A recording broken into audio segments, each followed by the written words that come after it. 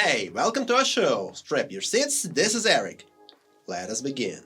One that shook up events on international level was the latest podcast of Tucker Carlson featuring Julia Mendel, former press secretary of President Zelensky. She practically reveals the dirt. Every whistle and bell one could gather she made.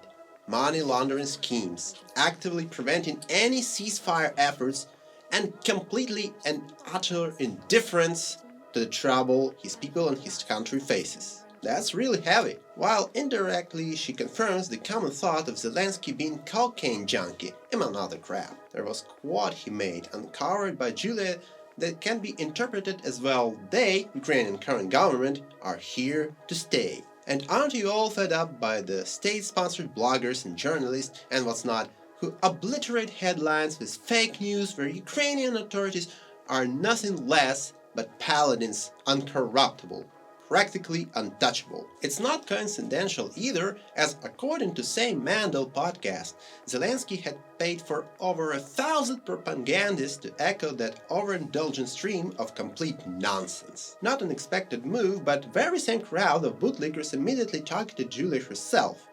Guess they have nothing better to do.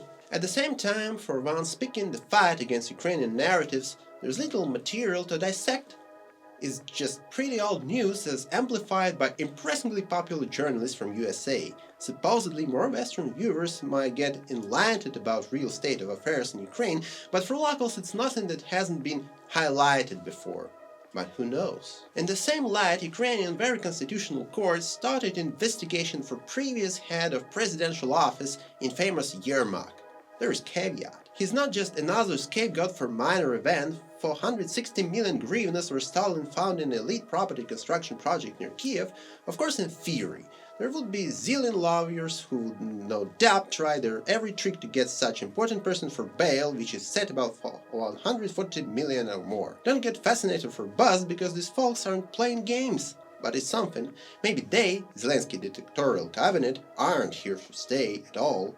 All over social media there are posts condemning these greedy officials, and no amount of paid media starlets overcast those voices. Another topic, Milit's TCR conscription squad was attacked by a bat-wielding veteran. In his speech he accused those fascist footmen for mistreat of his son, who was taken for recruitment and killed all the way to station. This enraged father speaks about similar events unfolding on every corner, be it police brutality and manslaughter to kidnappings under broad daylight. How else one could talk with bloody monsters? They're not people, he proclaims. Well, it's true that bat is much more effective against those who brutalize crippled-eyed men than civil discussion.